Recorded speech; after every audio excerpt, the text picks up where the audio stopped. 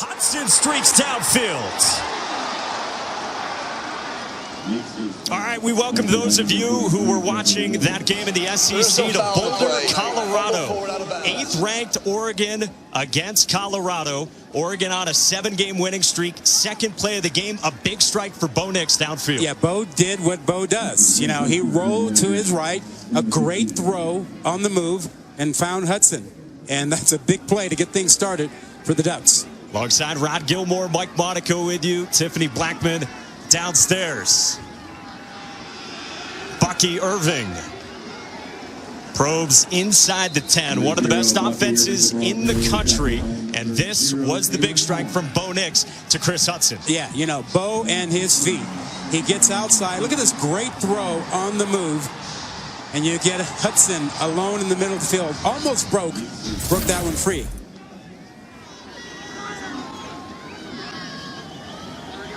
On second down from the 9, it's Irving. Marked down just outside the 5. Gets a couple of yards, and it brings up 3rd down. Ran into some red zone issues last week in a win over Cal. It's Nix with a sneak. I think he slipped a little bit.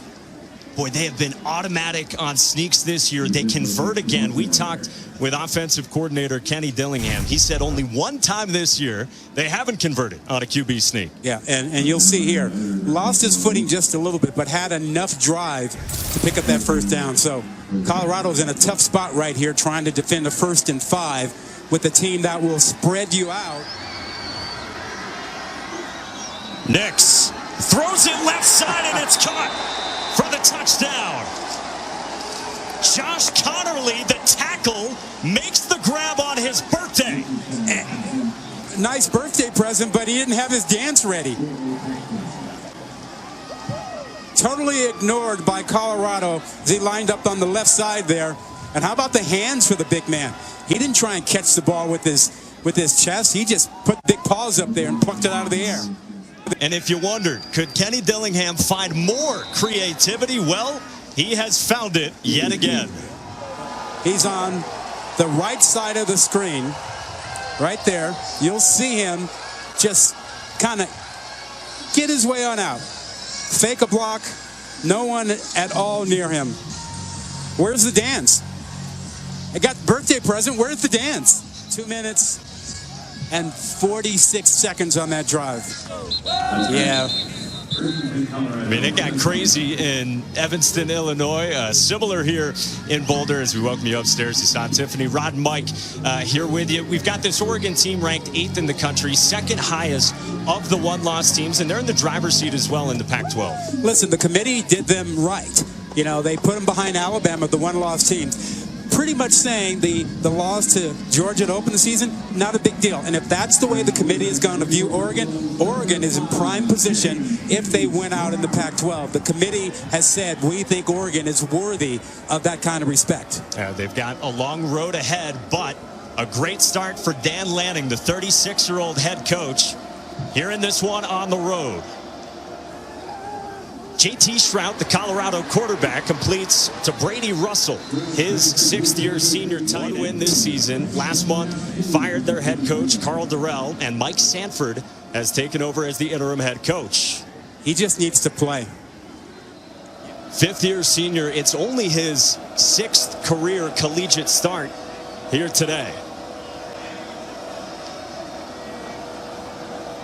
Deion Smith got the 1st down, and now Shrout throws and incomplete. The one area of concern for Oregon is that they are so aggressive with their linebackers. You have spots open behind them.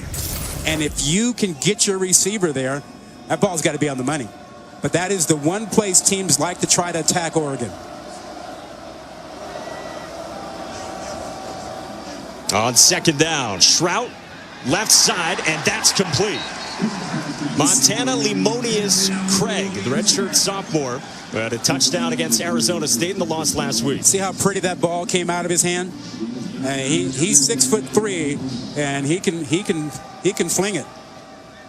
On 3rd down and 1, Deion Smith spins for a 1st down. Tyson and Smith, the 2 headliners to that end. That's a good matchup out there with Tyson against Gonzalez. The former Buff. Another throw, and Shrout complete again. They take it inside the 35. It's R.J. Sneed the second, the Baylor transfer. That's the play we're talking about. You know, being on target on those throws behind the linebackers. You can see the linebackers coming up for the run.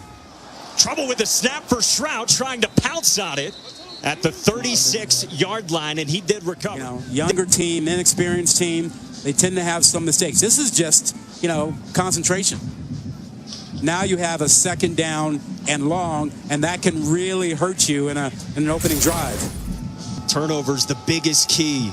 JT Shrout's offensive coordinator, Clay Patterson, said to us, Shrout, his first 2 starts of the year, fumbled on the opening possessions. Handed off with Smith with running room, and he takes it. Everybody's over 300 pounds. They've got a left tackle at 6'10", a right tackle at 6'6", and the guys inside are no shorter than 6'4". Wind is howling here in Boulder. You see the look over, trying to get the best play against what Oregon is showing defensively. Yeah, there's a lot of that check with me for Shrout operating this offense. Smith left side, and he is brought down. Braden Swinson the stop. So midway through this first quarter, and a strong first drive for the Buffs. Shrout to throw on second down. And he floats it too far for Lemonius Craig. And there's an injured player on the field. Yeah, and it's not someone Oregon wants to see down. Brandon Dorlus, the redshirt junior defensive end, who has been wreaking havoc all season long. Brandon Dorlus did walk off under his own power, being tended to by the medical staff, and that's a position group that has been hit hard for Oregon by injury. Yeah, but that's a great sign to see him get taped up and grab his helmet. That means he's not done for the day. Colorado's first drive of the game, and they are just outside the red zone. On third down, might be 4-down territory. Deion Smith on the ground, gets submarined. Smith goes out. They bring in the 235-pounder, Jaylee Stacks.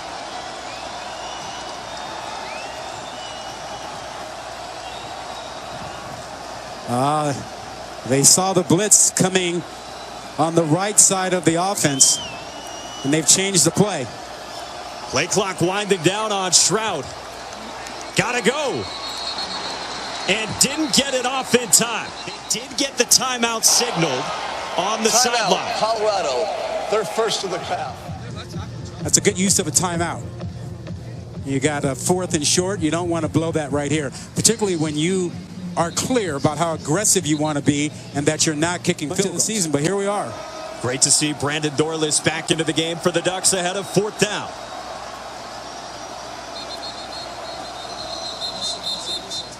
And now Oregon will counter with a timeout of its own. Oregon, so they're playing the game. Who has the half. chalk last? Now our third attempt at 4th down.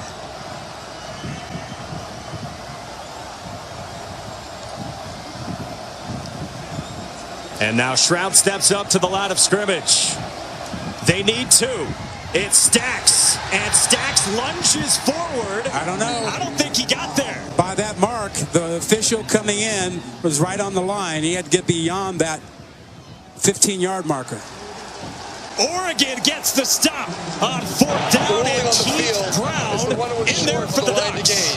First down, Oregon. Seeing more duty without Jeffrey Bassa in this first half due to targeting. Well, it was clear Colorado was going to run inside. Brown comes in and finds himself right in the hole he needed to be. See the way he sifted around there and didn't get caught up with any of the cross blocking. He just waited patiently. There he is. Meet the guy in the hole, go down and get his legs. You stop him on 4th down. That's a heck of a play.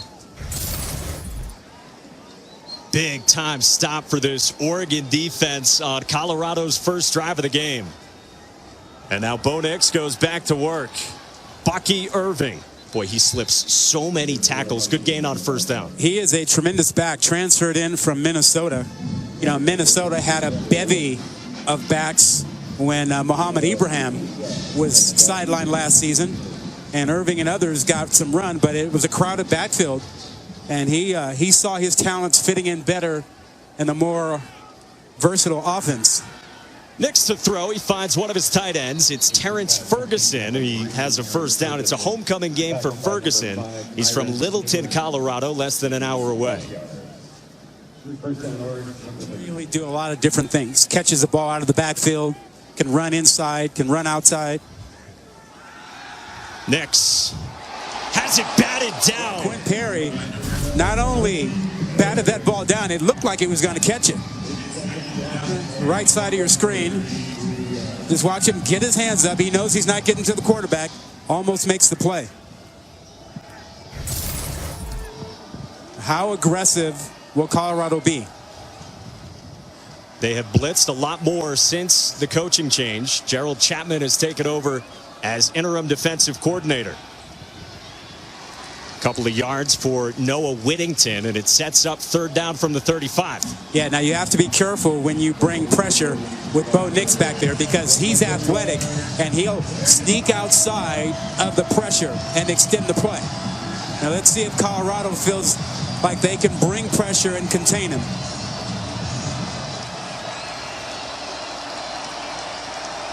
Looks like they're about to drop 8.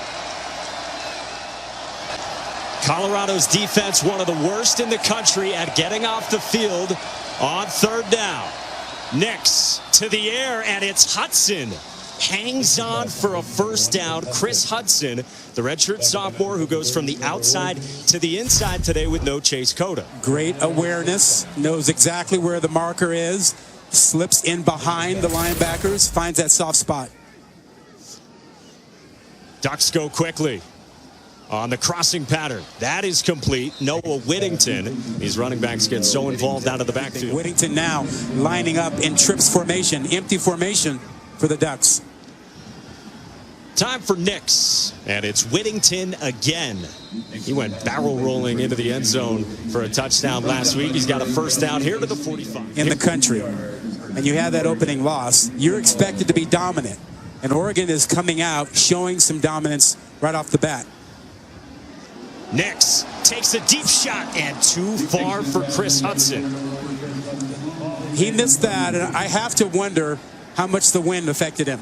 You know, this is a swirling wind, as Tiffany talked about, and Bo has not missed throws by that much this season. But trying to figure out what the wind is doing is a big challenge. And they had Hudson all alone, but he missed him by 5 yards. For a guy completing 72% of his passes. Yeah, I'm chalking that one up to the wind. Sean Dollars in motion. He gets it from Nix on second down. Brings up third down again for the Ducks. Bo Nix has only been sacked one time. Yeah. All season long.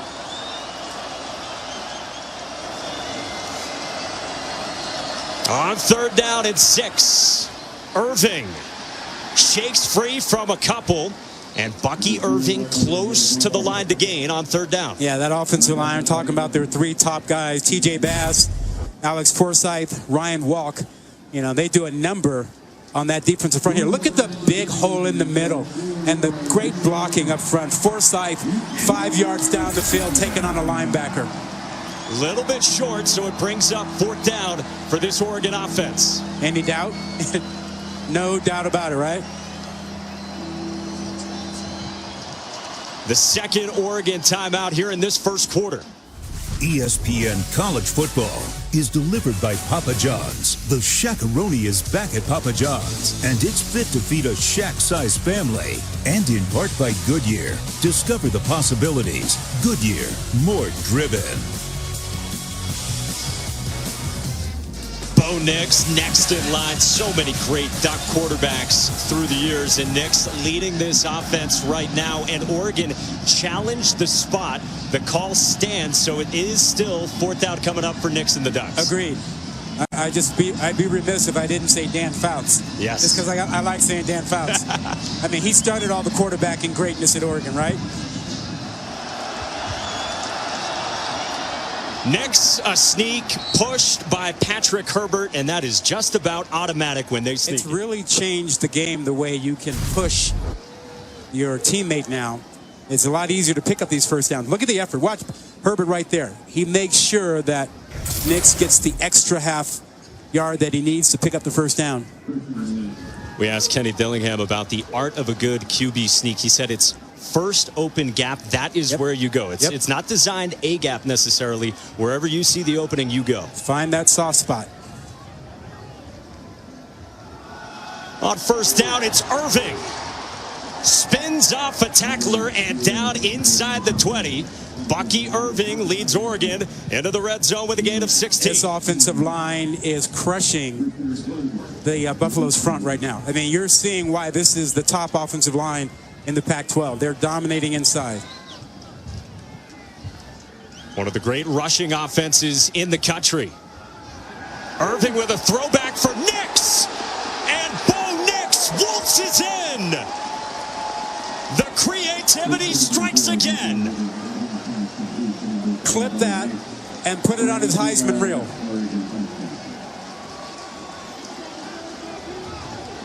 If you're going to be in the Heisman race, you got to have some unique special plays. And this is a special play. Bucky Irving just puts it out there. Not a great throw, but just gave it enough air so Nix could go do his thing with a nice, wide open. Guy had 6 touchdowns last week. 13 plays, 85 yards. A top 5 offense in the country. They've got 2 touchdown grabs. One's from a backup lineman, the other from the Heisman candidate quarterback. You know how much fun this is for Bucky Irving? Like, I get to throw a touchdown pass to the guy who normally throws touchdown passes. Ducks are up. Pocket Protection is brought to you by Nationwide. Yeah, think about the way that offensive line is played for Oregon. They've run the ball so well that this is just easy. Fake the run to the right, send your quarterback out to the left. Great protection, special play, a lot of fun, right? The Ducks don't seem to be affected at all by the altitude or the wind. All systems a go for the Ducks. They booted deep for a target up 2 scores here late first quarter. This is a crucial drive for Colorado. They got stopped on 4th down last time. They give it to Alex Fontenot, playing for the first time in about 2 months. He's stopped by Noah Sewell. An offensive line that gave Oregon a little bulletin board material this week. You know, you want to sneak up on the favorite. You don't want to give them bulletin board material to get them focused. Fontenot running into the interior defensive line. It brings up 3rd down. Good stop from Jordan Riley. So left tackle Jared Lichtenhan basically said this week that, you know, the inside part of the Oregon Duck defense, they're not that good. We're going to run the ball inside and do well. I'm paraphrasing, but that was the message Oregon received. Got their attention.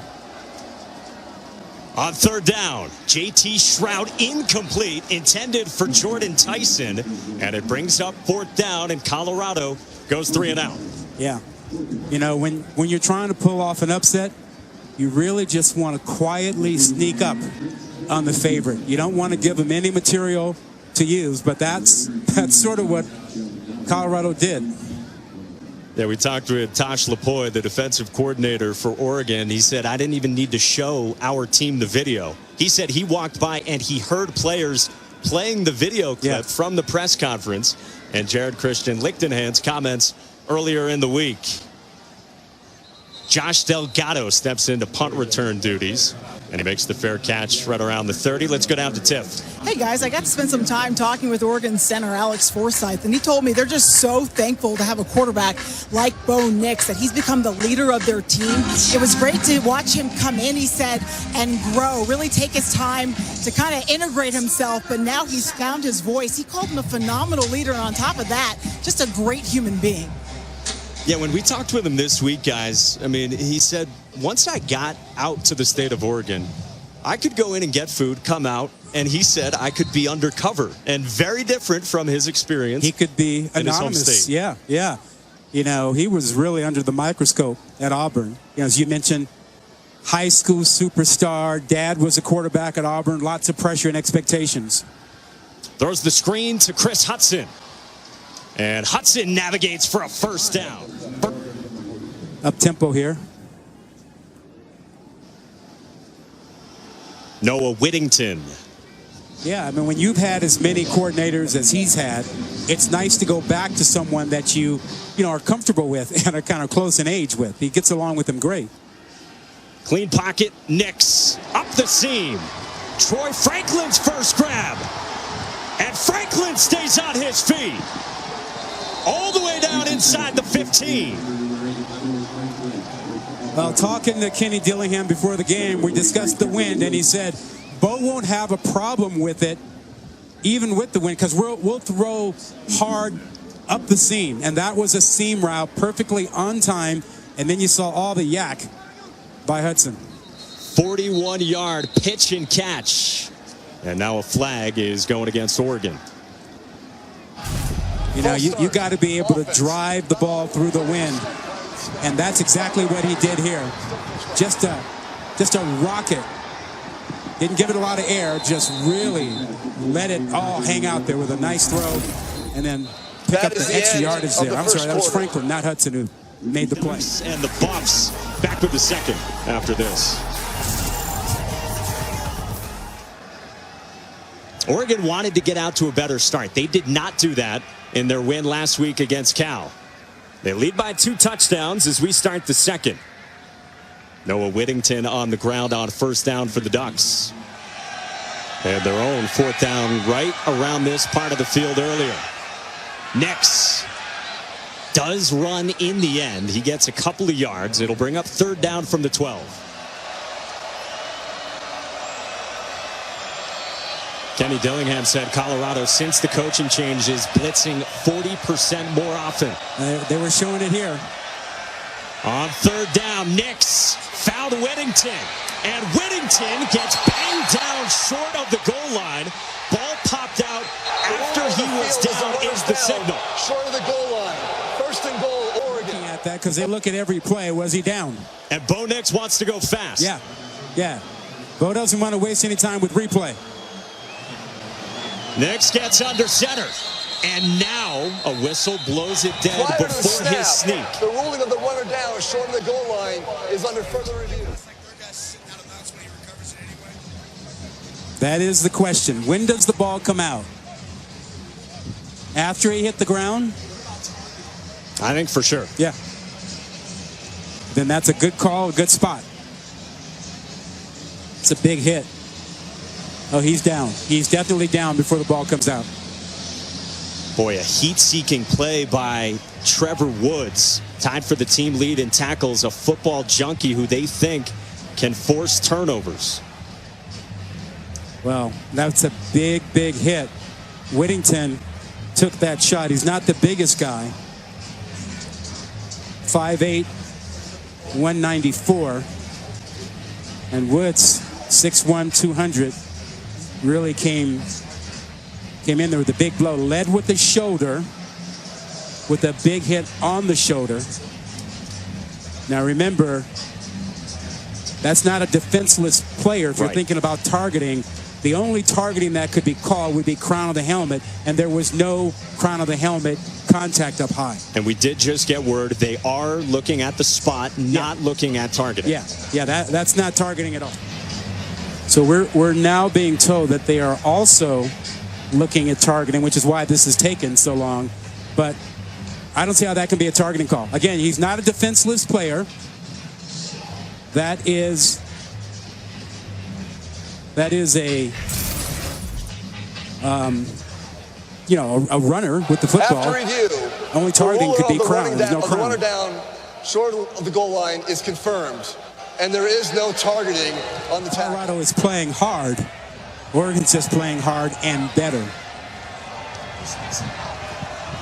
Nix gets a push from behind. And Nix looks like he is short. It'll bring up 2nd and goal. You see how much more yards he got because of the push? I mean, he was at the 2-yard line and was going nowhere. Then he got the push, and the push pushed him to about the 1. Watch, he's nowhere, not going anywhere. And then there's the push that gets him closer. From Noah Sewell, their star linebacker. Yeah. Well, now would they let Noah Sewell run it? They do, and Sewell in for a touchdown. The ruling on the field is a touchdown.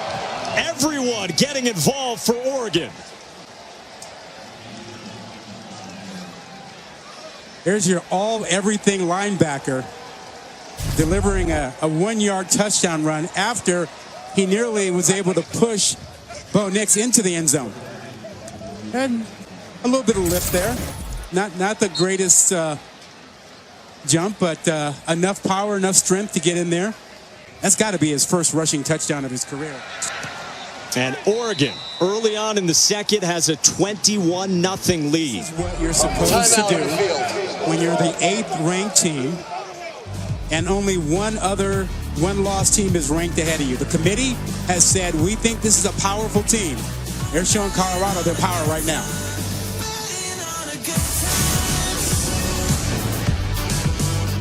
With Rod Gilmore, Mike Monaco upstairs, Tiffany Blackman down on the field, and all Oregon so far against Colorado. Yeah, we talked about the DNA of an upset. Being down 21 is really the limit of where you can be and keep contact. I mean, I've played in games where we've been down 21-0 and came back, but that's because you get a stop and you get a score and you get back in it. This is the outer limit if Colorado has any chance of getting back in this game.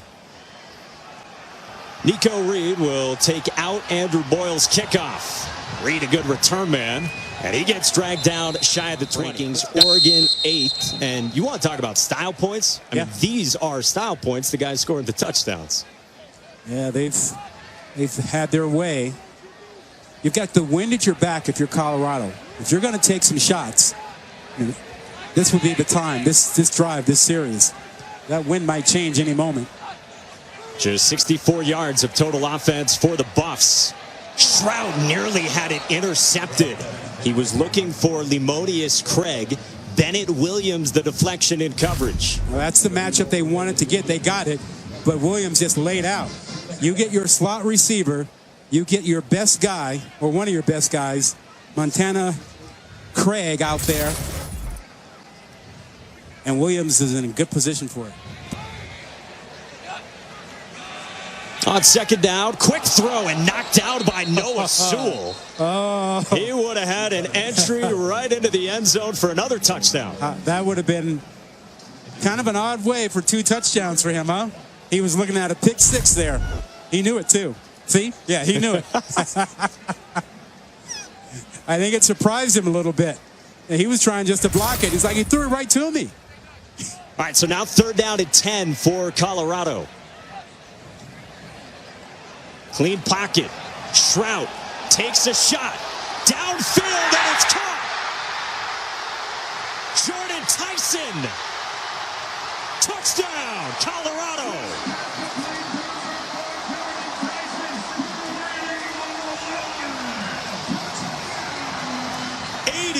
Yards for the freshman. Well, we talked about taking the shot while the wind is at your back. And Tyson just shows you flat-out speed, blown coverage by the Ducks. And how you lose Tyson is beyond me. He is their biggest threat as a receiver. And boy, has that young man become quite a player. A guy who was overlooked in high school. Completely overlooked. 5 offer anyway from Colorado.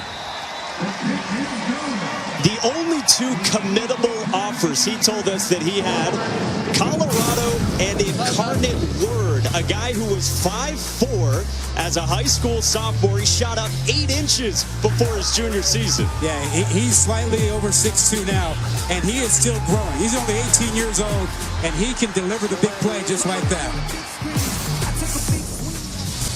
Back at Boulder, a look at the best Pac-12 college football ranking finishes since 2017. This Oregon team checked in the first rendition of the top 25 at 8th. But they've given up their first points. Jordan Tyson through the air, 81 yards. Yeah, big-time throw by JT. Make you want to shout. The quarterback didn't overthrow it, had a little wind at his back. I know it was corny, but I had to do it. Yeah, we'll accept it. Colorado's kickoff goes for a touchback. Yeah, let's go back to that touchdown play. Great execution by Colorado. But on the back end for the Ducks, miscommunication. Gonzalez is the corner over there, and then Stevens is safety. It looks like they're each having a deep responsibility. Gonzalez lays off and just allows Tyson to go deep. So that deep third not covered. a blown assignment over there. You're asking too much of your safety, Stevens, to try to cover that much field. That had to be Gonzalez who, blew the coverage there. Longest offensive play of the season for Colorado. Bucky Irving shook free from a couple of tackles, takes it out to the 31. Tim's got more. Guys, I walked behind the Colorado bench, and Jordan Tyson had a huge smile on his face, hugs all around. Their OC, Clay Patterson, told us that Jordan only has one speed. It's hard to even get him to slow down during a walkthrough. He said that's just in his competitive nature. He's a special talent. We trust him anywhere with that ball in his hands on the field. And we said, Rod, they had to have explosives. They had to do it with the wind behind them. And that drive in particular, they needed to go. Yeah. Irving again on second down. And Bucky Irving moves the chains. We talked about the DNA of an upset and staying in contact. And they had already fallen behind by 21. It was imperative that Colorado to stay in this game. They needed to get that score to make it a two-possession game. From just outside the 35, Nix checks it down for Irving, and a sure-handed tackle by Josh Chandler-Samito, the fifth-year senior, the West Virginia transfer, and a big-time player on the Colorado defense. And that's one of the biggest changes for Bo Nix, his ability and his willingness to do the check-down throw. Of the 2,200 yards that he had passing coming into this game, 1,400 of those yards came from throws of 15 air yards or less. He was willing to do the check down. On second down, Nix across the middle. He's got Ferguson swung down at the 41. Jamar Montgomery on the tackle. Usually when you see a quarterback with 70+% completion, it's because he throws an awful lot of screens and the accuracy can be inflated. There's no inflating it with Bo Nix. You saw the way that ball was thrown there. On third down and 5, Colorado gets the stop. Trevor Woods in on the tackle for the Buffs to bring up fourth down. First stop of the day for the Buffs. And you see this offensive line that's been so good got thwarted that time, and then Lang comes in quickly with a little help from Woods. You got to feel good for a guy like Terrence Lang, 6-year player, has been through a lot of coaching changes here at Colorado. Alex Bales is wearing number 80. He is into punt. 4th different punter Oregon has used. Jordan Tyson had a punt return TD last week, and this one goes into the seats. Punting into the wind. Pre-game, we saw the punters really troubled with the wind, having a lot of issues. Yeah, a lot to watch in this window, not just in the SEC. Colorado, meanwhile, first 3 drives. Yeah, that last drive, big throw, wind still at their back. They started at the 35 after the Bales punt. Jaylee Stacks, the 235-pounder. He will get 3 yards. They're showing a 2-safety high look, but Oregon disguises very well. They can come out of that, and they do. It's Stacks running into the interior of the defensive line. So Oregon does a great job, and this is really underrated, a great job of disguising their coverage. They show a too high safety look, and then they spin down one of the safeties to help in the run game.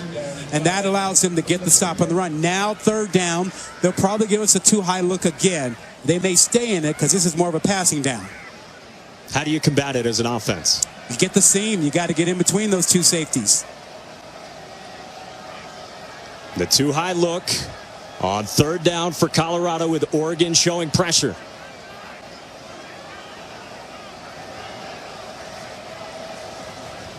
Trout on the slant. It's Tyson. And Tyson's got a first down, moving the chains out toward midfield. Clay Patterson told us they wanted to go more tempo than they had the last few weeks. Boy, Stacks runs into a bear hug. Jordan Riley, the defensive tackle for the Ducks. Clay Patterson has a reason for going up tempo. If you've checked out some of the tape of Oregon, they've had some issues with tempo and getting lined up.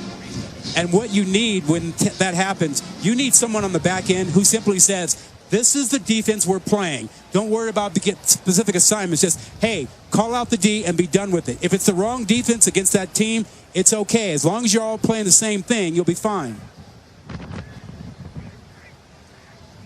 On 2nd down and 9.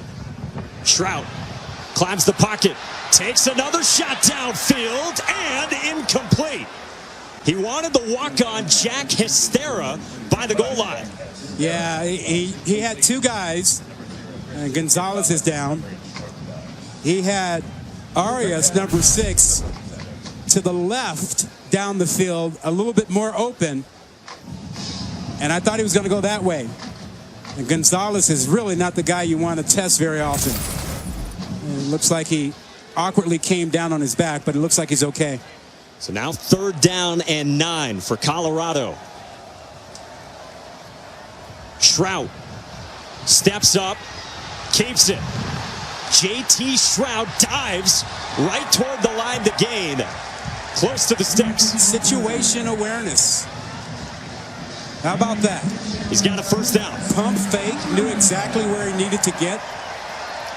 We're seeing an inexperienced, I won't say young, because he's been around a while, but an inexperienced quarterback who's growing up, making clutch throws and clutch decisions. That was a great decision. Arm talent has never been in doubt when it comes to J.T. Shroud. Never.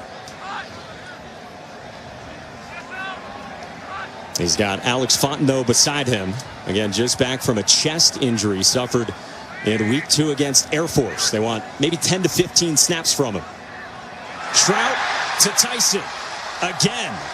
And Jordan Tyson takes it to the 26-yard line, having himself a big second quarter. When you tip the blitz and the quarterback knows what you're doing, now you're at the quarterback's mercy.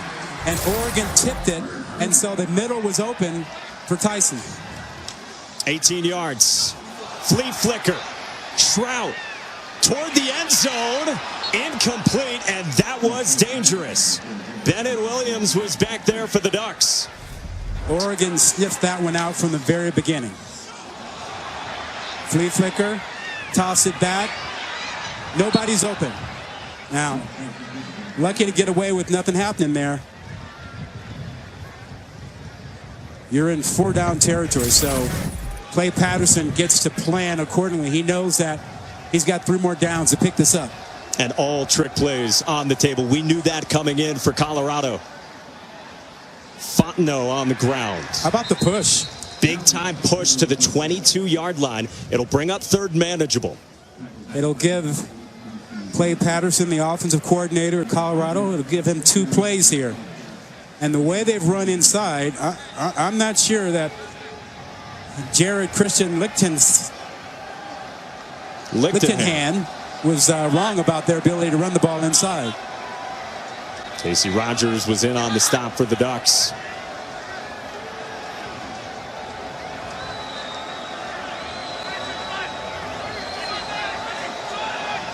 On the check with me for Stroud. On 3rd down. Fontenot bottled up. 4th down. Oregon coming with the run blitz. Guessed perfectly right. Good to see Brandon Dorlus back in there making plays. Field goal. I'm a little surprised.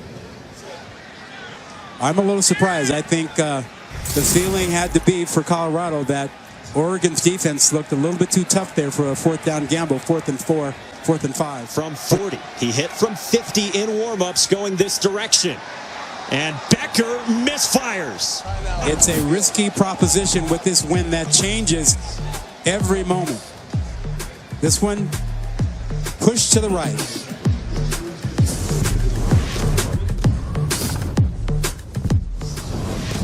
Three first-half touchdowns for Oregon, and all of them from unlikely sources. Yeah, they pulled out the trickeration kind of in every time they've been in the red zone here. You got touchdown pass from Bucky Irving to Nix. You saw the opening touchdown pass was a catch by a lineman. And then how about Noah Sewell, the All-American linebacker, scoring on a 1-yard rush. He had 40 rushing touchdowns in high school. This, a little bit different. Noah Whittington gets a few yards out to the 26. There are two schools of thought about those unconventional plays. One is, hey, put something on tape so that when you see Washington and Oregon State down the road, they have to prepare for that. The other school of thought is save it.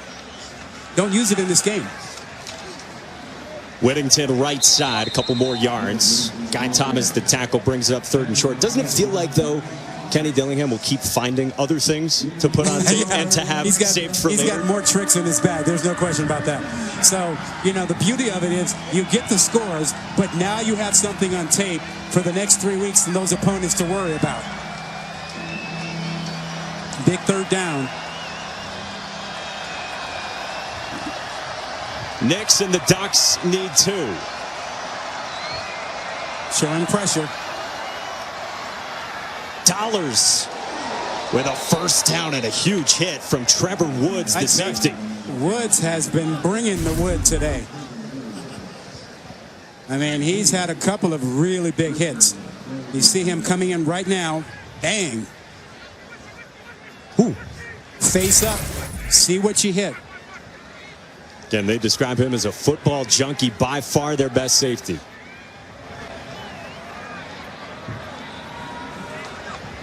First down from the 34. Through pressure, Nix is complete. He's got his tight end, Patrick Herbert, in the plus territory. Look how patient and poised Bo Nix is. His first option wasn't there. Pump faked it, and just calmly came back to his man over the middle. Now watch this. I got a little pressure. Oh, no worries. Just going to go right back here. I mean, this is the really, really good, poised, confident Bo Nix. 23 yards to Herbert, who had a touchdown last week. Pressure picked up. Nix checks it down for Ferguson. Ton of running room for Terrence Ferguson inside the 20. Yeah, again, Nix didn't force it. He wanted to go deep. He tried to hang with it as long as he could, and then he came off of it for the check down. And guess what?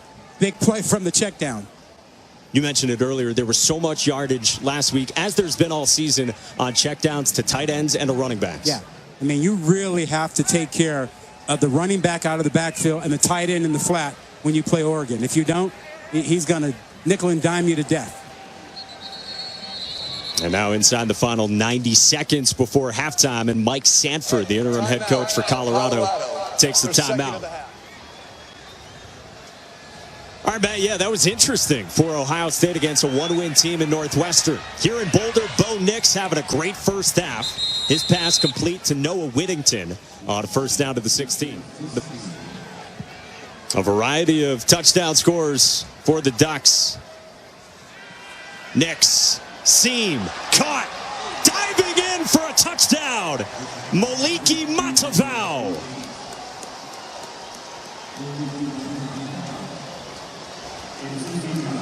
Didn't need a trick play that time.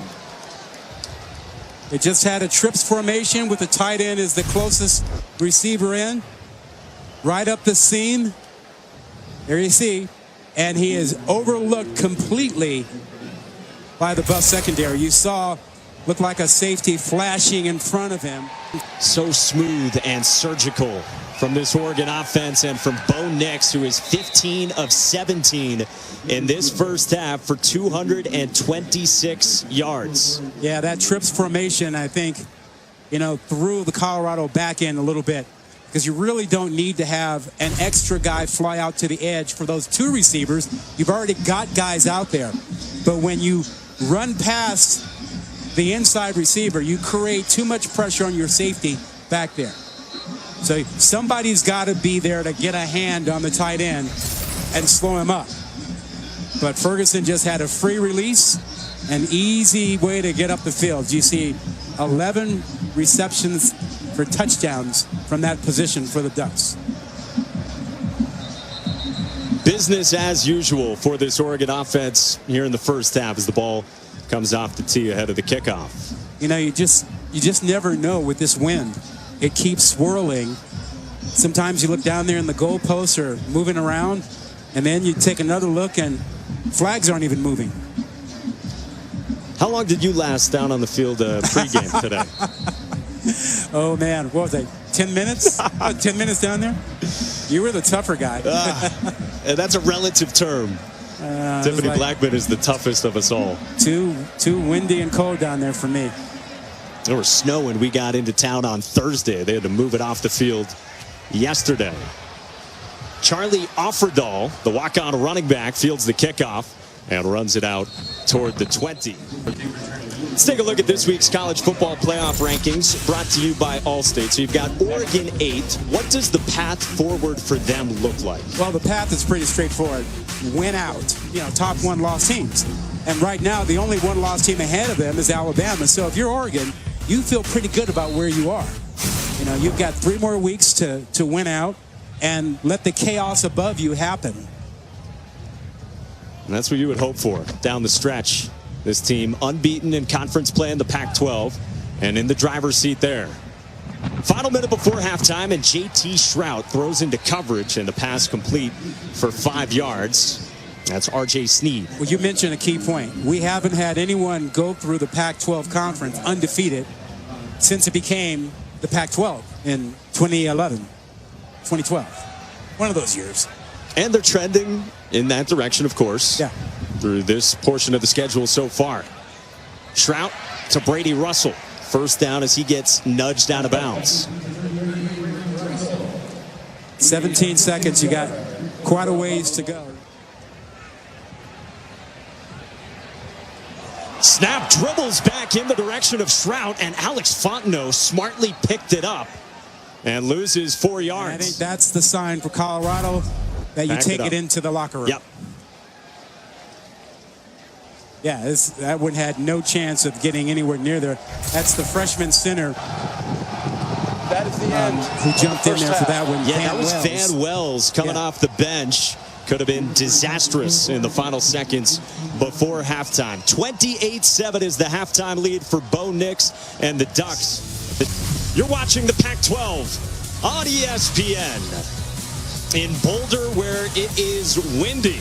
Gearing up for the second half. The Buffaloes trailing Bo Nix and the Ducks 28-7. We check out today's game track, delivered to you by Papa John's. A boatload of offense for Oregon and 4 different players scoring touchdowns, Rod. I wonder who the star was. Bo Nix, maybe? Look at the passing yards. 244 yards passing, and a lot of those were checkdowns with some yards after the catch and whatnot.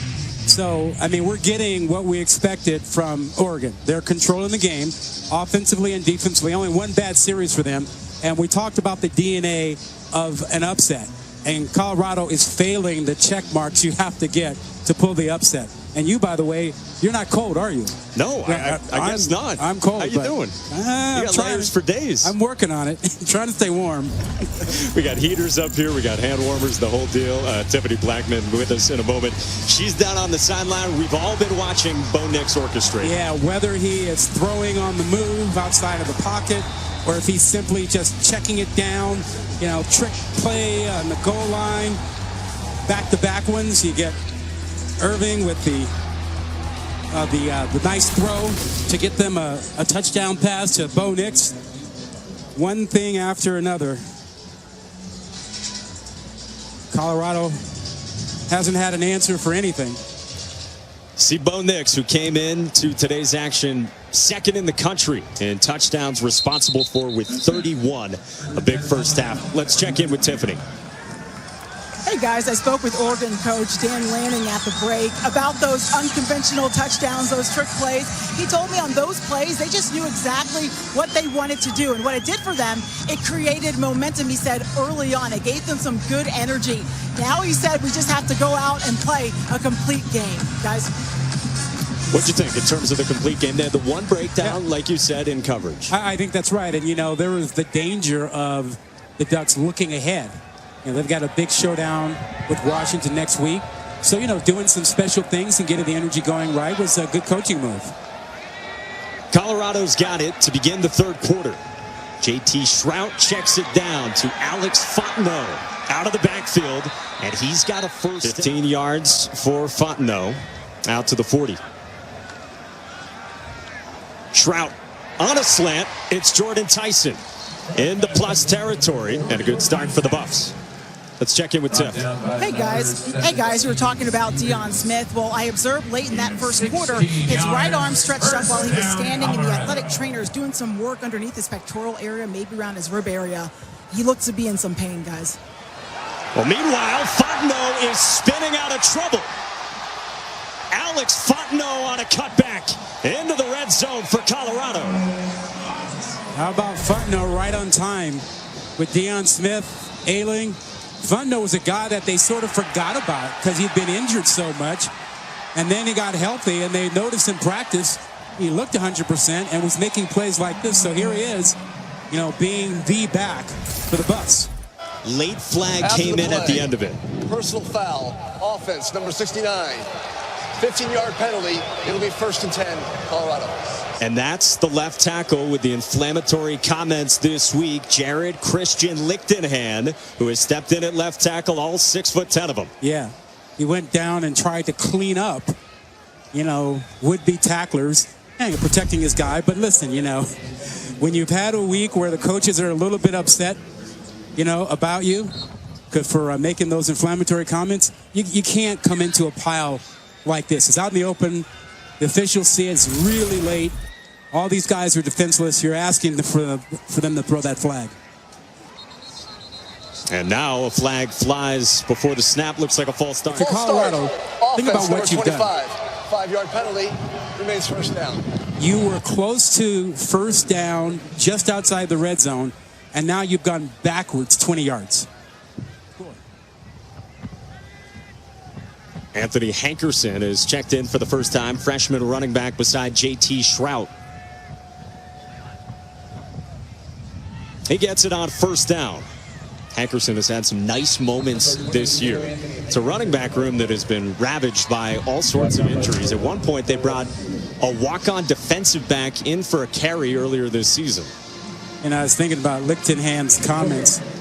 Easy for him to say that the inside of the Duck defense isn't all that tough. He doesn't have to block them. His mates do. He's got the edges. Yeah, as you check out Deion Smith on the sideline. After 4 yards from Hankerson, Russell upended. He lands on his helmet. Christian Gonzalez submarined him. He is a guy, Russell is, that I'd like to see them get him out, down the field. He's a big guy. It's 6'3", 250, but he runs really well. He's the nephew of Matt Russell, former great linebacker here at Colorado. And 4 from the 26. Shrout, right side into traffic, incomplete. Montana Lamonius Craig was the shorter option and was open. Just keep your eyes to the right side of the screen, and you'll see one flash. See that? There he is. That's your 1st down throw. Have to make those reads quickly against this defense. Triquez Bridges got the deflection. Brian Addison was over there as well. So they bring out Cole Becker. Wind going right to left in this direction. And Becker is good from 44. Litmas student section. Student sections across the country are competing to be the Litmas student section of the year all season long. And they love Ralphie 6. 25 to 30 pounds of grass a day, right? Ralphie is a top 5 live or animal mascot. I mean, you throw Bevo in there, right? Got to have Bevo in there. Ralphie, War Eagle, and Mike the Tiger. You'll see Mike the Tiger tonight. Yeah. How about that? Ralphie and Mike the Tiger all in one day on ESPN. That's pretty cool. Colorado fired Carl Durrell about a month ago after an 0-5 start to the season. Here's Bucky Irving probing. Bucky Irving hits midfield on the gas pedal. And Irving finally swung out near the 10. Are you kidding me? 64 yards. How good was that move to get him in the open? I mean, yeah, you had some great blocking up front. You see the double team. He comes off of that. And look at this move to get free into the middle. And then the cut away from Taylor, who was the safety, had him sized up. He is so slippery. He had that filthy spin move against UCLA. Irving takes it again on first down and goal. You know, they called him Bucko at Minnesota, which he wasn't fond of. He likes being called Bucky. That's what his late father gave him as a nickname. But, you know, at Minnesota, they wouldn't call him Bucky because Wisconsin, their chief rival, that's Bucky Badger. Yeah, stay away. Stay away, right? So when he got over here to Oregon, he said, let it be known, I'm Bucky. Call me Bucky. Bucky out, Noah in.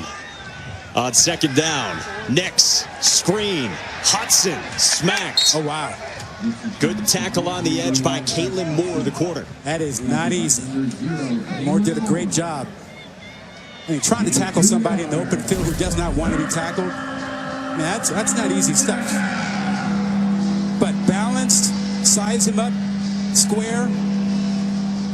Good job. And now look at this formation. Little For the trickeration Ducks. again. How about that? We've seen this before this season. Now everyone clamps tight, and a timeout taken by Oregon with the play clock expiring. Timeout, Oregon. Their first of the half. Like this, the transfer portal. Remember, Colorado had 23 transfers they lost last season. So keeping players here in Boulder is a priority and a challenge. Like Sanford said to us yesterday, retention is step one. Big third down for his defense here against Bo Nix and Oregon. Can Colorado keep an eye on the tight end? Whittington is stopped. Tremendous effort, energy. 6-year senior, last season, last month of the season, and now you got a fourth down here. Yeah, Oregon's been more aggressive about this than Colorado. On fourth down, Nix scrambles, scanning, and Nix flips it incomplete out of bounds, and Colorado gets the stop. How about that? Great coverage in the end zone for Colorado. Bo Nix was running around. Those guys in the secondary kept their eyes not only on Nix, but on the receivers, plastering themselves close to them. There was nowhere for Nix to go with that ball. He almost made a huge mistake and threw this one up where it could have been picked. Now you say it's fourth down or whatever, but you never know. You pick that up, pick it off. Somebody might take that thing all the way back. You just look at the coverage in the end zone. You see all the black shirts. There's nowhere to throw that football. They ran it to the short side, didn't have a whole lot of room. The Buffs start at their 5. A field goal on their first drive in this third. Fontenot bounces it and gets 6 yards. He's run out by the safety, Jamal Hill. We're done. No, they're playing this like they know they can get back into it. Trout, boy, he located that snap. Takes a shot back shoulder, and he's picked off. Intercepted by Christian Gonzalez. Pick 6 against his old team. Well, they will spot him out, they say, at the 2. He is probably the top corner in the Pac-12, one of the top ones in the country.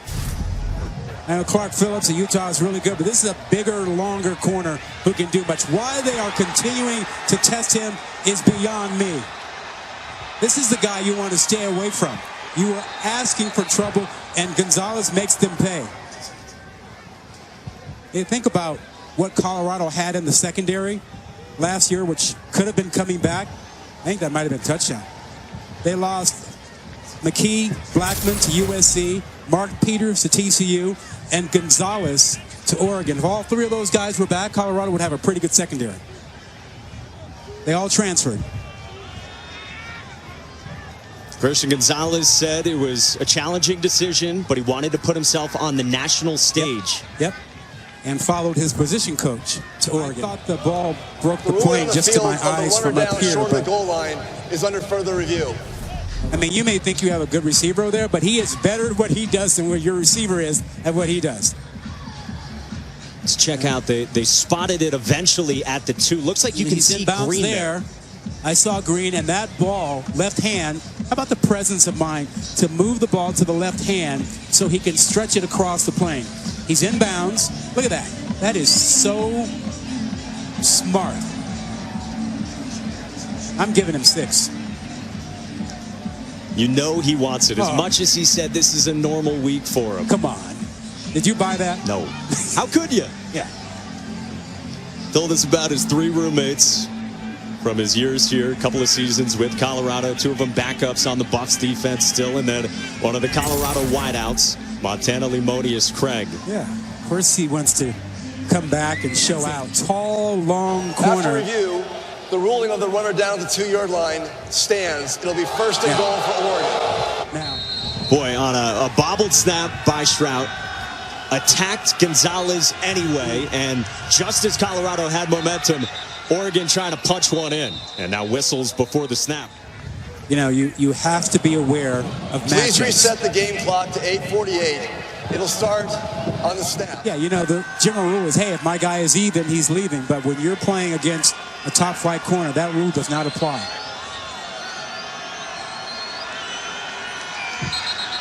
So Oregon ready to rev up first and goal, and looked like pre-snap movement. False start. Offense, number 56. 5-yard penalty.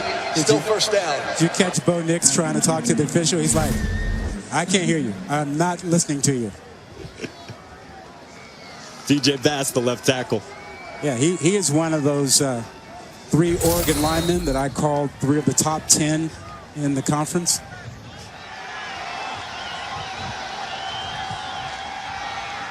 Nix keeps, and he gets toward the goal line. Let's see, initial spot has him short, down at the The ruling on 1. the field is the runner's down short of the goal line. Hit him again. Give it to him again. He's down. It might have been on the back initially of Trevor Woods. You know, I'm just not a fan of that even being a question because you put the player at risk. Nix on a sneak, definitively in for an Oregon touchdown. So what do you think his Heisman numbers are looking like today, huh? That's a couple touchdowns already. 16 of 19 passing. I'd say he's having a pretty decent day. He has rushed, thrown, and caught touchdowns. Correct me if I'm wrong, but didn't Christian McCaffrey do that last week? That made him the NFL Player of the Week. For Bo Nix, this is ho-hum. It's just another Saturday. No. And the first since Desmond Ridder last year at the collegiate level. Christian Gonzalez back in Boulder. Timeout He was on the giving field. us food recommendations. He knows the spots around here, and he knows how to make plays. Oh, how dare you throw the ball my way? Don't you know who I am? I used to run this place. And the Ducks are running the Buffaloes. Just over 2 months away here in the early days of November. And Bo Nix and Oregon with the lead on Colorado, 35-10 here in this third quarter. Now for today's Aflac trivia question. Who's the only Heisman winner to not play in the college football playoff? Huh. Have you peeked at the answer? I have not peeked, and I haven't even thought about it. Huh. So in the CFP era. Do you know? I think I do. Okay. I think it's a dual threat quarterback like Bo Nix. So a hold for Andrew Boyle, the onside kick hero against UCLA. It's a touchback, and Colorado will have it at the 25. All right, so let's answer the Aflac trivia question. You got anything? I got nothing for you. I think Lamar Jackson. Huh. Good call. So 6 years later, Bo Nix putting up numbers pretty similar to the likes of Lamar. Listen. Coming in through 8 games, 20-plus touchdown passes, Yeah. 10-plus rushing touchdowns. Yeah. I think he's established that he's going to play at a high level the rest of the season. The key for him in the Heisman race is Oregon winning out. They're on defense here. Colorado goes on the ground on first down. Alex Fontenot pursued from the backside. Good tackle by Keon Ware-Hudson. Let's check in with Tiff, who's got more on Bo. Hey guys, speaking of the Heisman, well, Bo got to meet someone years ago that was up for the Heisman, and quarterback Jalen Hurts, who's with the Eagles. They met at a National Quarterback Club banquet when Hurts was a senior at Oklahoma, and Bo was just starting his college career. And Bo said it stuck with them just the time Jalen took to speak with him and make him feel really important. He said he wanted to be that type of guy for younger players when he meets them, being someone they can lean on and come to for help. Pretty cool story. Yeah, you love to see guys paying it forward. Yeah, and Jalen Hurts is having a great season. On second down, Stroud to the air, incomplete. We asked Bo about the Heisman noise surrounding him. You asked him about it, and he had a smile when he said, look, it's very different than things were for me just a couple of years ago. Yeah, he said he knows the pain of the criticism when you're, the quarterback, hometown guy that he received at Auburn, and he's not going to go to the other extreme and start embracing all the praise. He's not going to get distracted by it. I mean, he's a young man who's been through an awful lot, had a lot of pressure on him. You got to be happy for him that he's having this success. On third down, Stroud over the middle for Tyson. Moves the sticks. The freshman continues a big day working on Dante Manning. Yeah, he had great protection that time, and he showed you the arm that we've been talking about. I mean, he's got tools. Great protection here. Plenty of time to step up. And there's his freshman over the middle. We've talked about that open space because these linebackers are pretty aggressive. You can get the ball in behind them. First down from the 42. Quick throw. It's Russell, the tight end. He's been more active in this game. Brady Russell came in with just 9 catches on the season. He's battled some injury. And Mike Sanford said to us, they acknowledge it's been a disappointing season for him health-wise and statistically. Yeah, but he's talented. You like the way he moves around yesterday. Yeah, did some long snapping. We saw him running deep routes yesterday. Like, who's that guy? Who's that big guy running that well? Can't miss him with the moss. Flag flies. Opportunity out of Beeler. Offense, number 70. 5-yard penalty. Remains second down. Hey, landed awkwardly on his neck. He said he had a sprained vertebrae in his neck and a concussion. He told us yesterday. Second down. Right side, and it's picked off again.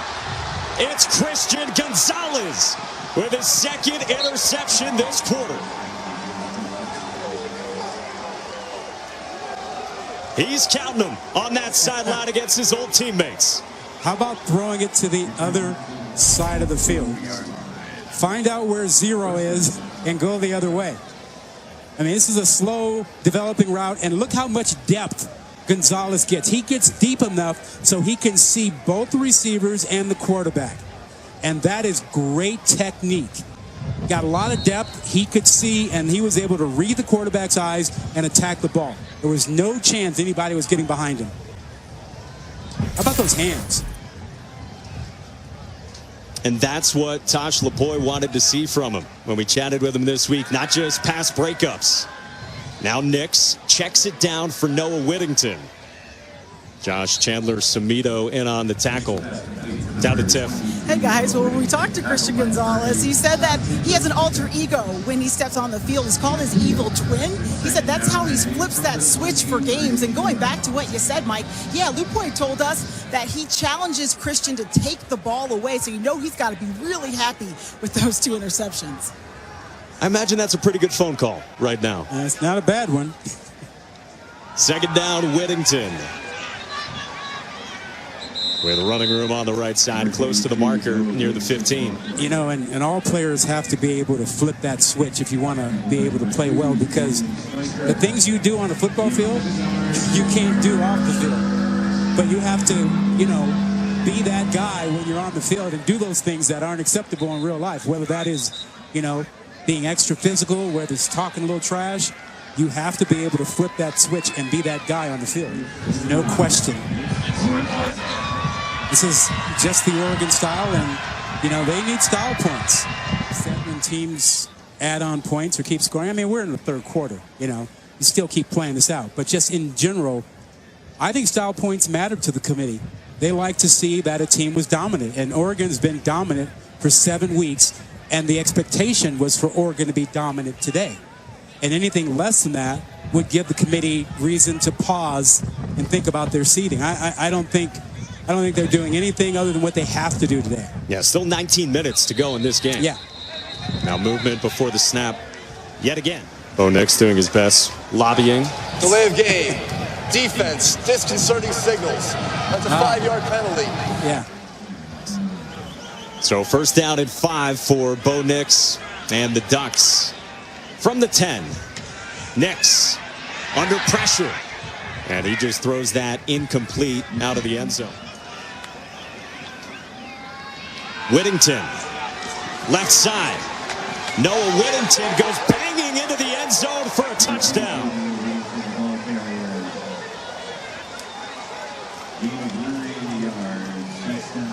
Man, did he lower the shoulder and deliver the boom. You know, kind of a freeze option here.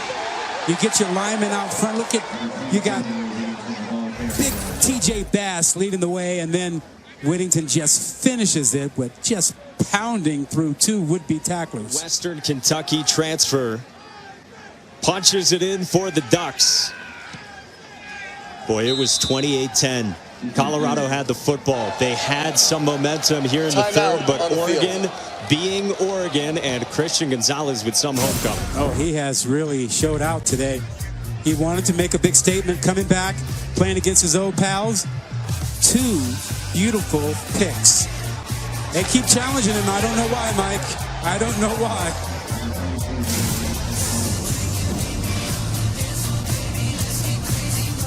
Both teams coming off a bye. And Alabama, of course, the only one-loss team that's ahead of Oregon. Yeah. So far, the day has been going the way the Ducks would like.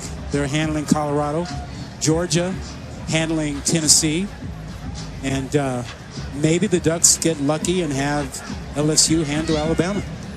TCU had a little bit of trouble, a little bit of a scare against Texas Tech.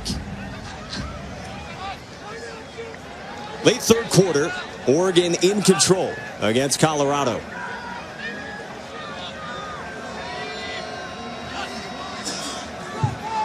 Trout right back to the air, and he's got a completion to Montana Limonius Craig, and then a flag comes flying in.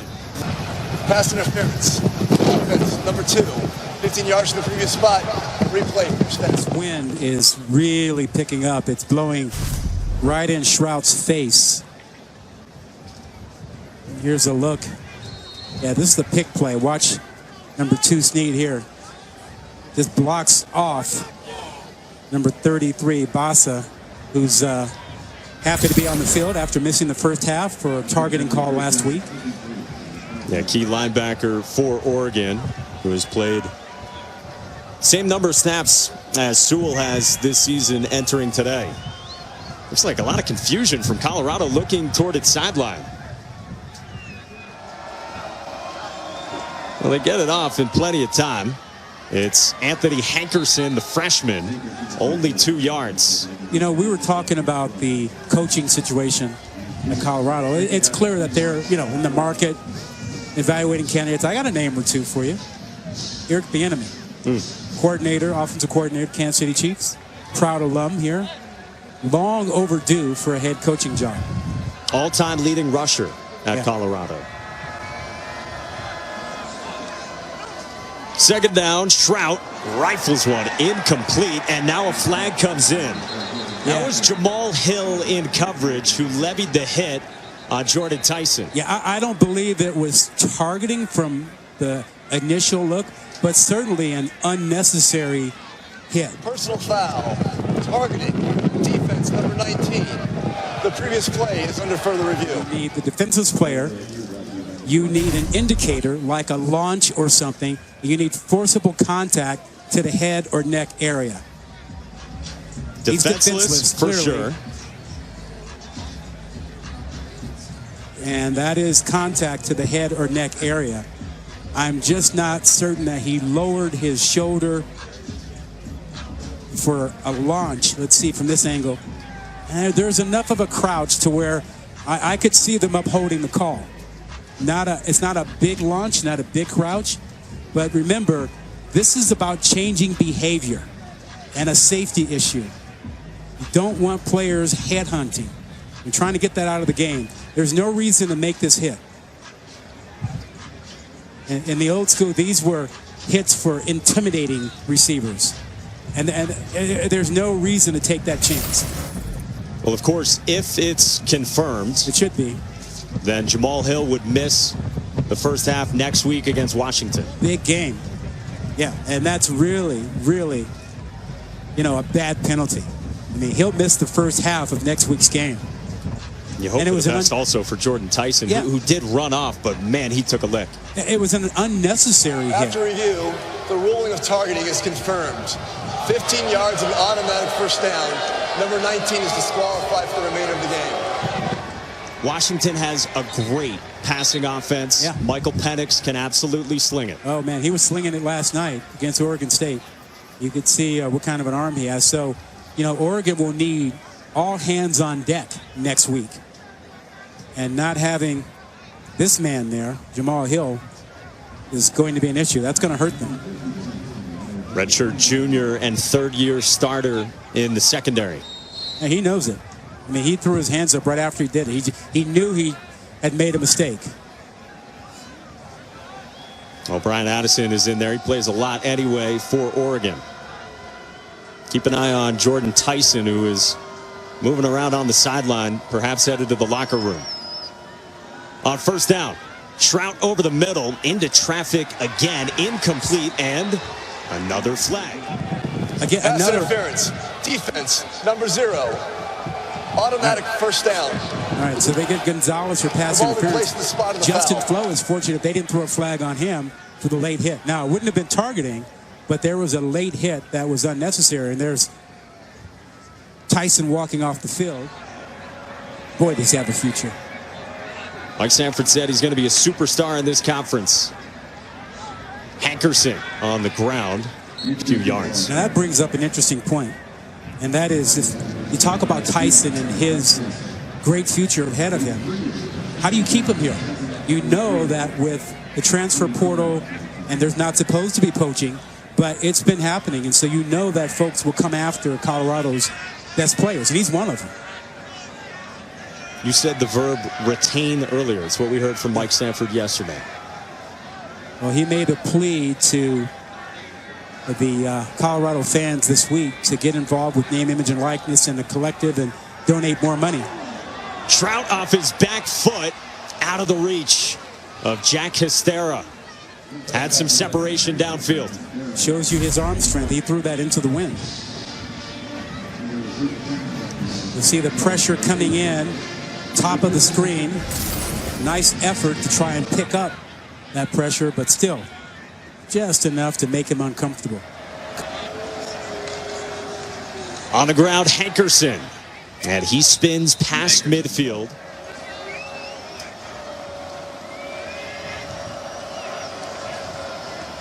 Trout, quick throw, incomplete.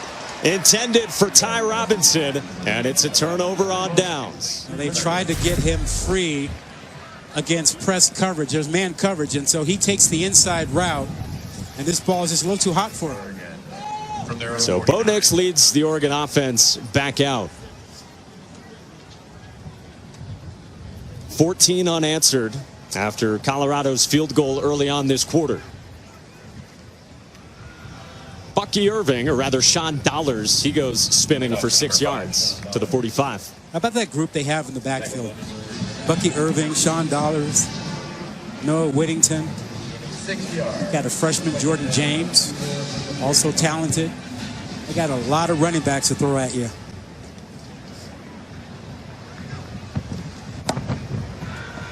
Quick throw for Dante Thornton. And Dante Thornton streaks toward the 20 on his first grab of the day, seeing more time without Chase Cota. And now Thornton is still down on the field.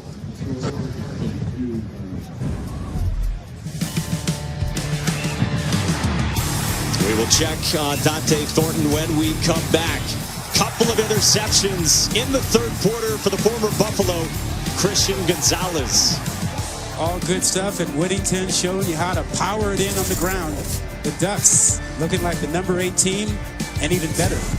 We welcome you back to Boulder, Colorado. ESPN College Football delivered by Papa John's. 42-10, number 8 Oregon leads Colorado as we start the fourth. Alongside Ron Gilmore and Tiffany Blackman, Mike Monaco with you, our entire crew behind the scenes on a windy one. And before we even begin this fourth quarter, we've got officials with their hats flying all over the place. We saw this in Evanston, Illinois earlier today here on our ESPN family of networks. Ohio State was in action against Northwestern. Similar vibe here. Yeah, the weather gave Northwestern a shot to hang in that game. Next to the air for Sean Dollars out of the backfield. From the 10, Nix Matavao. He plunges toward the goal line, spotted down at the 1. All right, I'm just going to think about headlines for tomorrow. So Bo Nix ought to get the ball here again. Get him into the end zone another time. In which way? Yeah, let him run it. I mean, he's already caught one. He's thrown for one. Ran for one. Make it 2, right? Hands it off to Dollars and defended well. Jamar Montgomery stayed home. You know, really did a nice job of flying inside there. Unblocked, had his eyes wide open. Look at this. Comes right through. I am the right guy at the right time. Defensively, you worry about the slant route. You try to keep those guys from getting inside. Ferguson, 3 and white, one of the most targeted players in the red zone. On the ground, Dollars trying to drag a defender with him. And he's down at the 1 already. He had 6 last week. He had 6 last week. So 4 is not enough.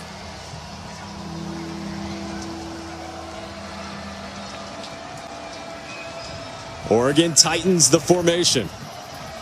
Low snap. Nix glides into the end zone. You're welcome. His 5th of the day.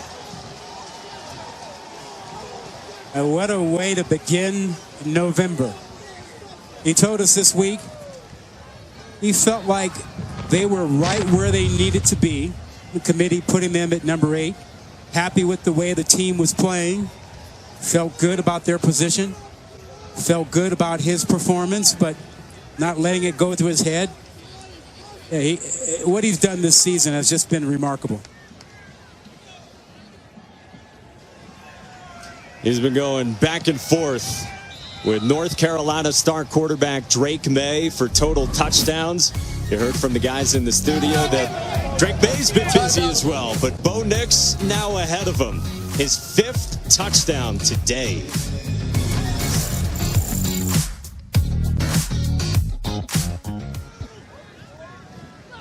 All right, how about that for Liberty? Tell you, first 3-4 weeks of the season, Arkansas looked like, you know, they could be a top 10 team, and it has gone south for them since then. There are a lot of Ducks fans here in Boulder, fans of this top 10 team. And Bo Nix has accounted for 5 touchdowns. We have mentioned the H word quite a bit. C.J. Stroud, Hendon Hooker, they are the front runners, you would say, for the Heisman. Still a long way to go. How does Bo stack up? Listen, I can tell you, as a voter, what you do in November matters. And Bo has started off great in November, and you see how he stacks up against the front runners. And listen, there's a long way to go, but all 3 of these quarterbacks have been playing well, and their teams have been winning. And that's going to be critical down the stretch. Who's going to be in the hunt in late November and early December? I could see all 3 of these guys getting invites to New York. Other names to watch. We mentioned Drake May. Bryce Young. Caleb Williams. Blake Corum. Possibly, yeah. Colorado on first down has a completion. JT Shrout finds Alex Fontenot. One thing to remember about the Heisman is that it's sort of like political voting. You have to win more than one region. And so a guy out west like Nix might lose some votes to Caleb Williams, who gets votes in the West also, but he's going to pick up some votes in the South. where he spent 3 years with Auburn. But we have a ways to go in November before that list gets narrowed down. Fontenot out of the backfield with a burst to the 41-yard line. It's a first down for the Buffaloes. It's getting back to our conversation about Colorado and possible coaches. We mentioned Eric Bieniemy. And there's some other guys out there, and Colorado will be competing against other places for a new coach. And think about Jim Moore Jr. at Connecticut. You know he's going to get some attention after the turnaround he's made there. Brian Harsin has had success in this part of the country. Clean pocket for Shrout. Eludes the rush. Spins out of trouble. And will just flip it incomplete.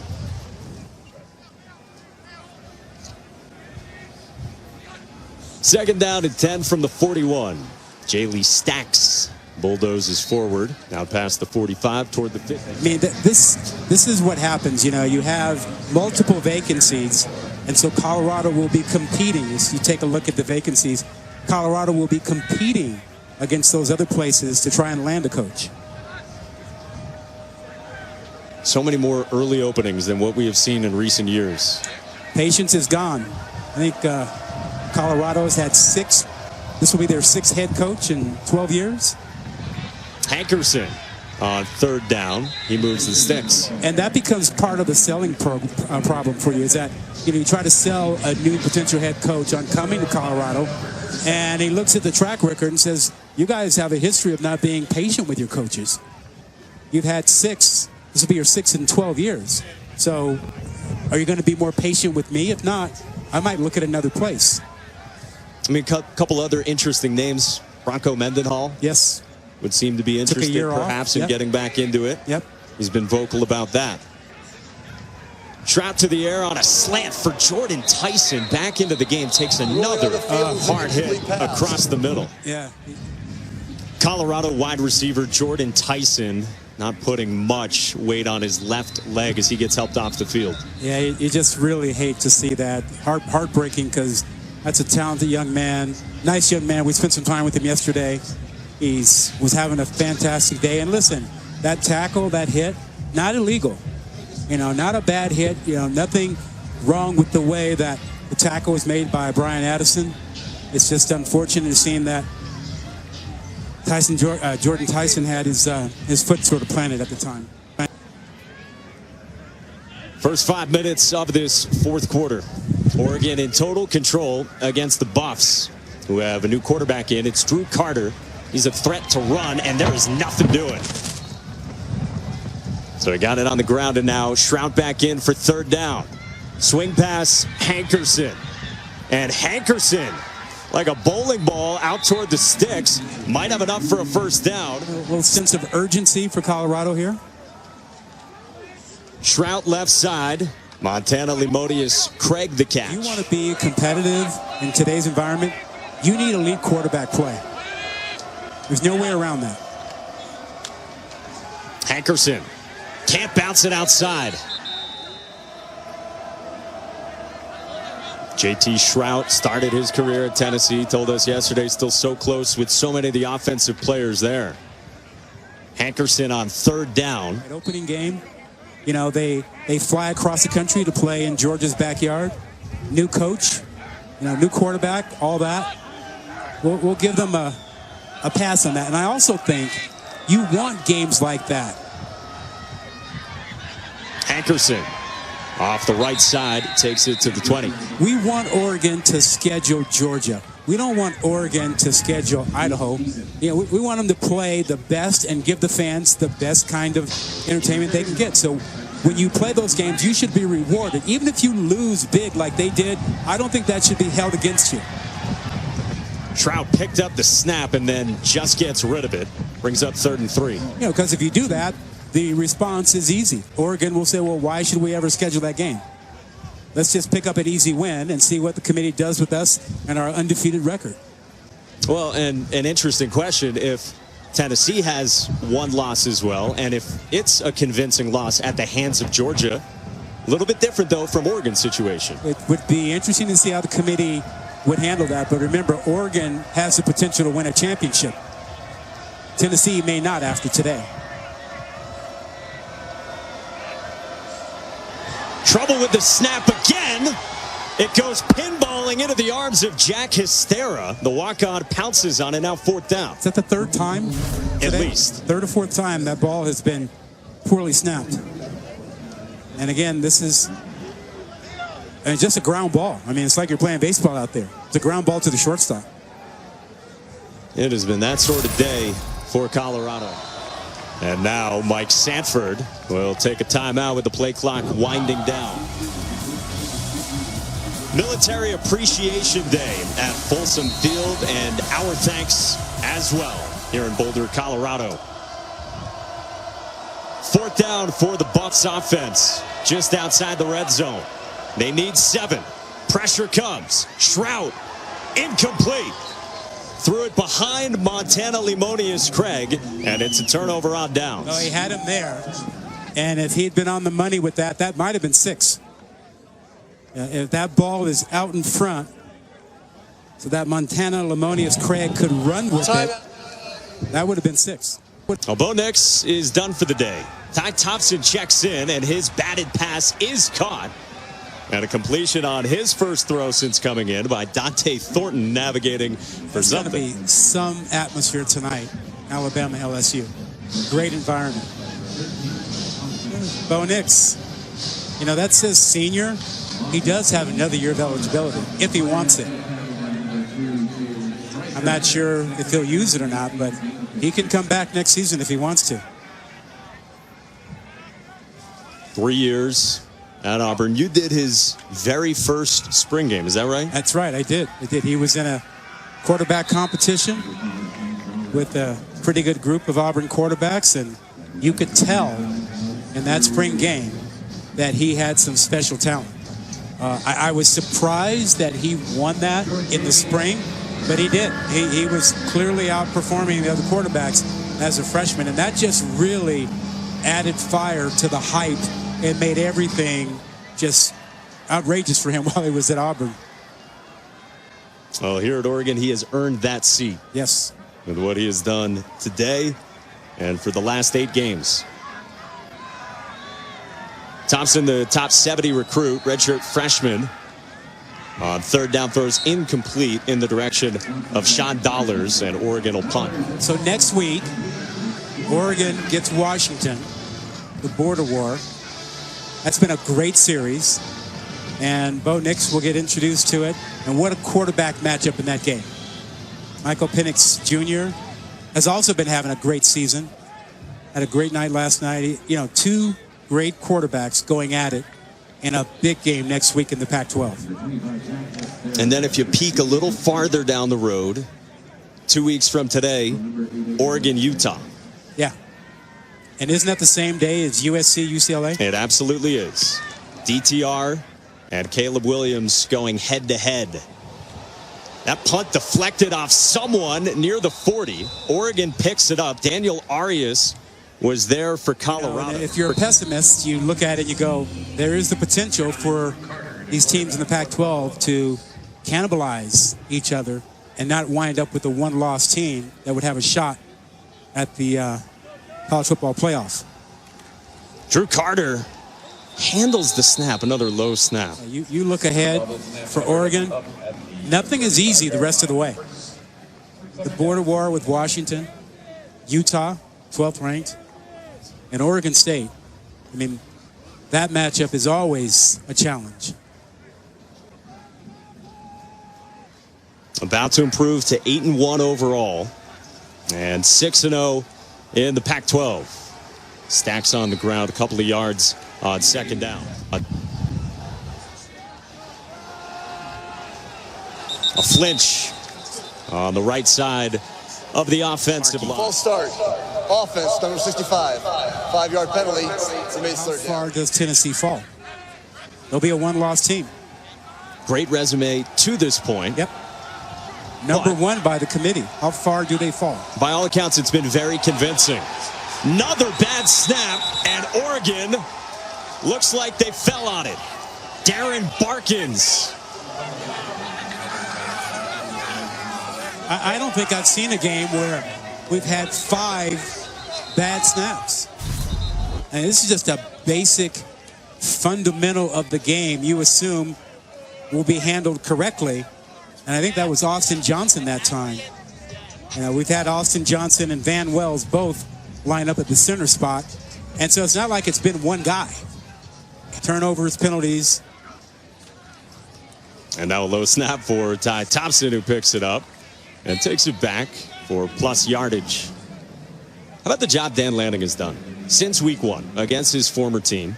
Yep. First-year head coach, the youngest head coach in Power 5 football. Yeah, he's going to get some votes for Coach of the Year and Pac-12 Coach of the Year as well. There's some competition out there, though. Some stiff competition, even within the conference. You think of Lincoln Riley over at USC? Relax, you're up 39. With 90 seconds to go. Thompson gets blasted. Keilahana Hassan-Ritter has been the back beside Thompson. And keep it with him on the ground. He goes spinning forward, and it'll go back to Colorado to finish this one out. Yep, last play. No need for Oregon to run another one. And we got what we expected. Oregon controlled this game from the very beginning. Not really challenged at all once they got up 21-0. But Colorado kept trying to hang in there and played hard. But these Ducks, man, I tell you, they're looking pretty darn good. 8 weeks in a row, right? 40-plus points or more. And now they're the only team in the country that has done that offensively, because Ohio State had done 7 in a row. But in the weather in Evanston, Illinois, they did not do what Dan Lanning's group has done every time since week 1. Yeah, Oregon had to deal with some 30 to 40 mile an hour winds at times and didn't stop them. Didn't hurt their offense. Shroud hands it off to Hankerson. Winding this one down at Folsom Field. This game produced by Joe Taylor, directed by Mike Griffin. Our entire crew behind the scenes. Hankerson finds some running room. He has run hard at the end of this. But in the end, Oregon, 49-10, a convincing effort. First half was filled with style points for them. They came out first touchdown, backup offensive tackle with a receiving grab. Bo Nix had a receiving touchdown, and the stud linebacker, Noah Sewell, ran one in. Those were the first 3 touchdowns for the Ducks, who improved to 8-1 with a win on the road in Boulder.